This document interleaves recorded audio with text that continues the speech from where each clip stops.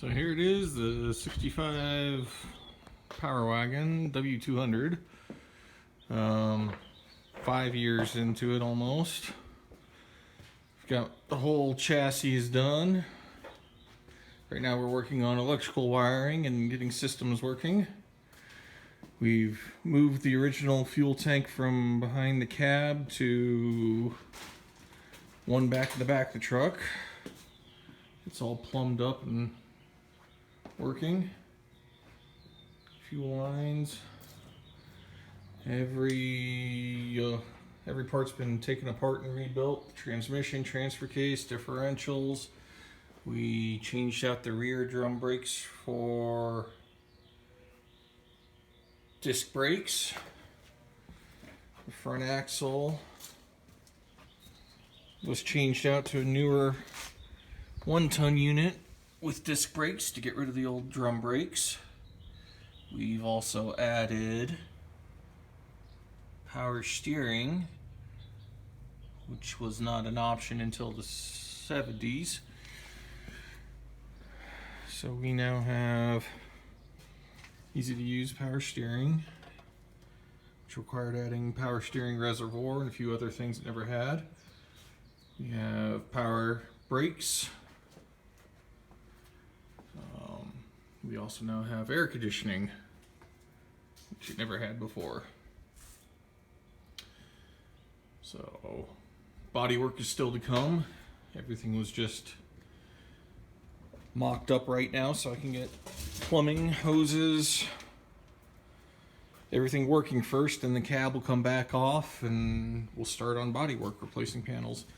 So we've been doing electrical wiring right now, changing out the old system for something a little bit more modern, doing all the wiring, making everything look nice and pretty. I've done everything myself except for the engine rebuild. It was the old Dodge 318 polyspherical or poly motor, and we decided to keep it and go a little different with it. It's now got a 4-inch stroker crank, bored 60 over, so it's a 396 now, and we've added electronic fuel injection with a Holly system. So I just recently got enough wiring done and everything plugged in and working. I was able to fire it up not long ago for the first time. It ran on the engine stand when it was first built and was broke in, but it's never ran in the truck before. So we're working on wiring. We've got a whole new gauge set. Had to build a new panel for that. New wiring. It's kind of a, yeah. It looks like a mess right now, but right now it's just running everything. New air conditioning box and heater panel. Trying out some ideas on how I'm going to mount things.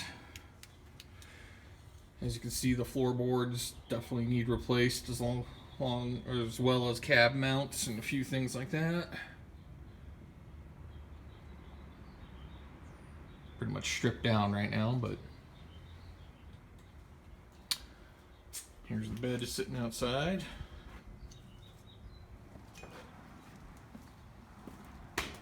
It's really not in bad shape.